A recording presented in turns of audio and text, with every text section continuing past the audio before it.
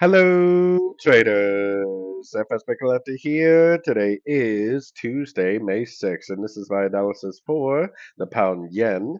If you haven't done so yet, definitely do check out my free Discord group. It's linked down here in the corner at the end of the video. And make sure to take a look at my website, fxpipcollector.com. Watch the video on the home screen to learn more.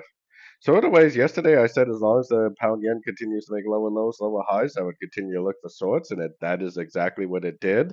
Now, if we go up to the daily time frame, we definitely cannot deny that yes, it's been going up, but it never broke structure to the upside.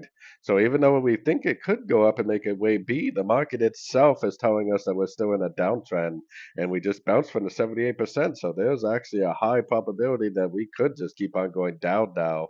If we see evidence otherwise, then we'll definitely trade accordingly. But right now, the market is definitely telling us down is the more high probability. Now, going down to like the 1 hour time frame, if you zoom out far enough, I mean, it definitely does have that A, B, C look. Definitely break up structure to the downside. I would not be trying to go short now, but if and when it pulls back, which it may not pull back now, but if it does pull back now, great, because that's where I would be looking to go short for the continuation of the downtrend is at the end of pullbacks. So if this really is the end of an ABC correction, then this potentially will go down and take out these lows.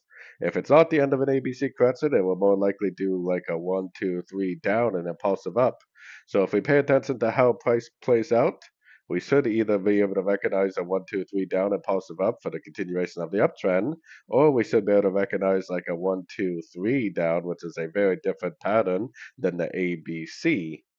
So anyways, don't forget to like and subscribe. And as always, thank you for watching and happy trading.